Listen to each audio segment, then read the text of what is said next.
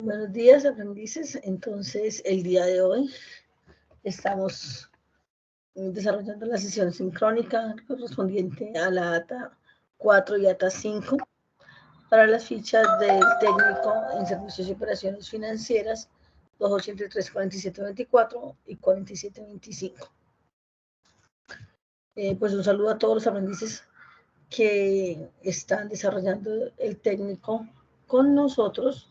Y pues a continuación comparto con ustedes la agenda a desarrollar.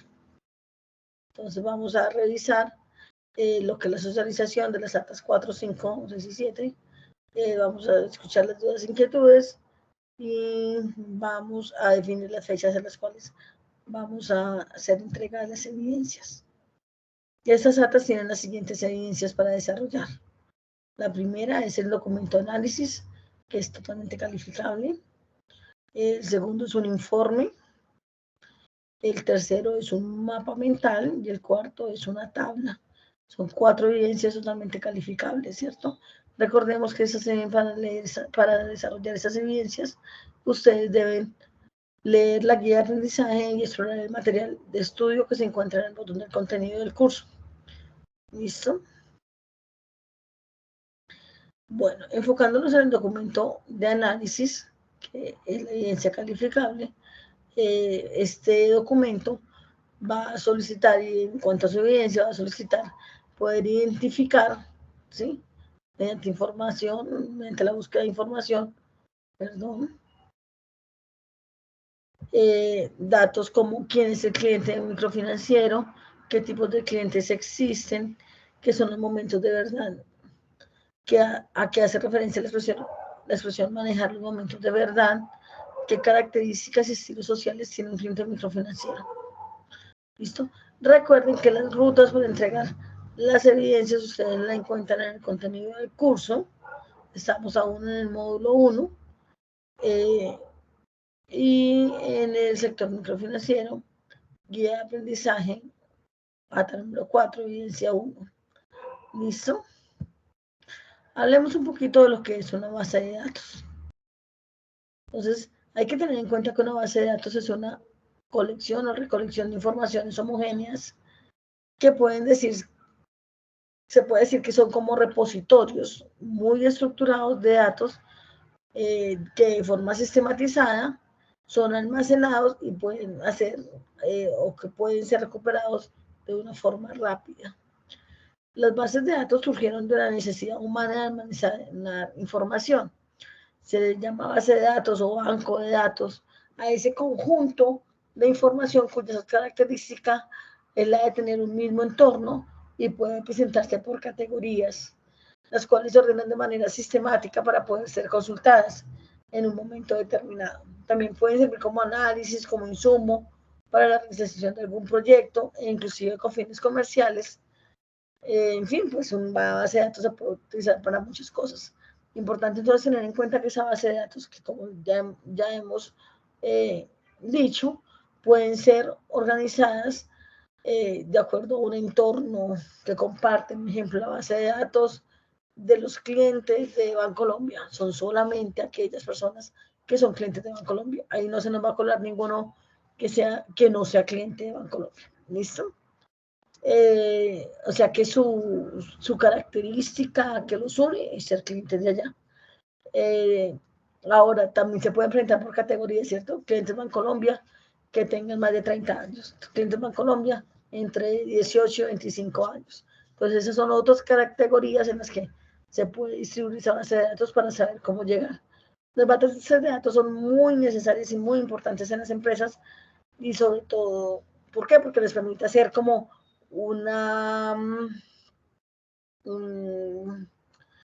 como un estudio, un análisis de lo que sus servicios y cómo están llegando sus servicios al cliente, pero también les permite revisar con fines de mercadeo y de publicidad a qué clientes ir y cómo llegar.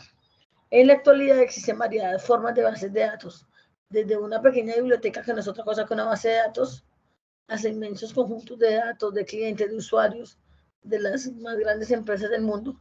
Nuestra información personal reposa en grandes bases de datos que inclusive pueden viajar por todo el mundo.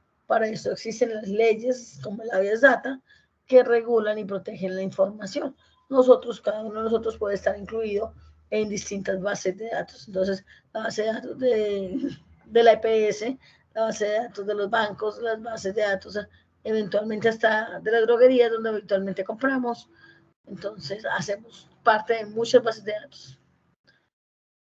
¿Listo?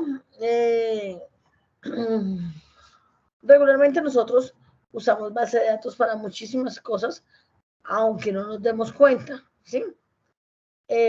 Lo manejamos nomás para cuando vamos a hacer una llamada, utilizamos que la base de datos de contactos que tenemos en el teléfono, ¿sí? Eso es la utilización de una base de datos.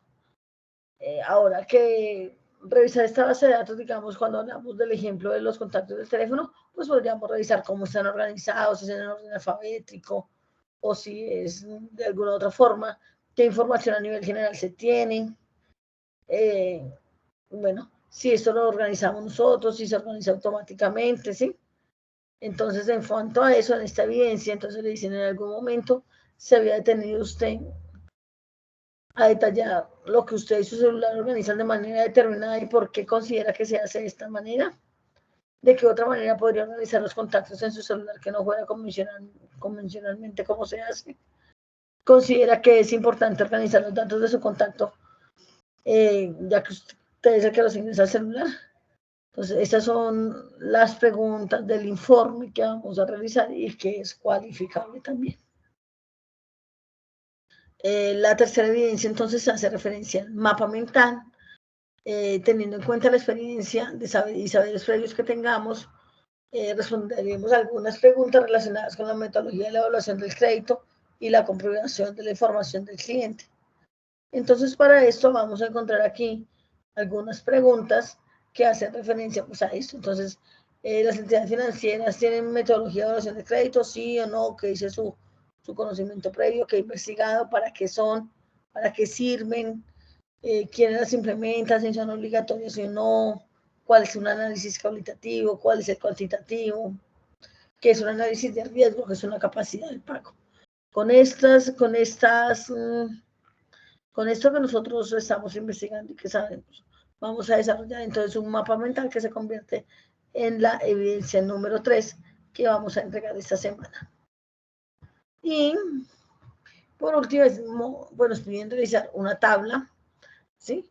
Que también se hace de acuerdo a unas preguntas, son 5 preguntas en total, que vamos a tener para desarrollar. Y es, ¿qué aplicativos puede utilizar una entidad financiera con la registraduría para verificar la autenticidad del documento de identidad?